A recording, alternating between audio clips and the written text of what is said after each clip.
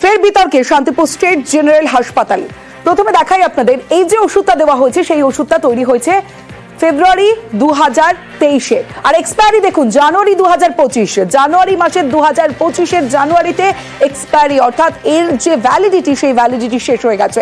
তারপরেও এই ওষুধ দেওয়া হয়েছে। শান্তিপুর স্টেট জেনারেল হাসপাতাল ফের বিতর্কে, এবার হাসপাতালের ফার্মাসিতে মেয়াদ উত্তীর্ণ ওষুধ। হাসপাতালের ফার্মাসি থেকে মেয়াদ উত্তীর্ণ ওষুধের অভিযোগ হাসপাতাল সুপারের কাছে অভিযোগ দায়ের।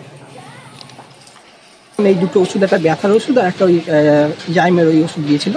তো আমি তখন দেখিনি, তো যখন আমি বাড়ি আসি খাওয়ার আগে আমি ডেটটা দেখতে যাই, তো দেখি একটা ওষুধ এক্সপায়ার হয়ে গেছে। এই ধরনের কাজ অত্যন্ত জঘন্য, কারণ এই ধরনের কাজ অবশ্যই হওয়া উচিত নয়, কারণ পয়সা নিয়ে ওরা কাজ করছে হসপিটাল স্টাফ, তো তারা এই ধরনের গাফিলতি করতে পারে না। আমার নিয়ে যেটা ওষুধটা দেখানো হচ্ছে তার সাথে প্রেসক্রিপশনে মিল নেই।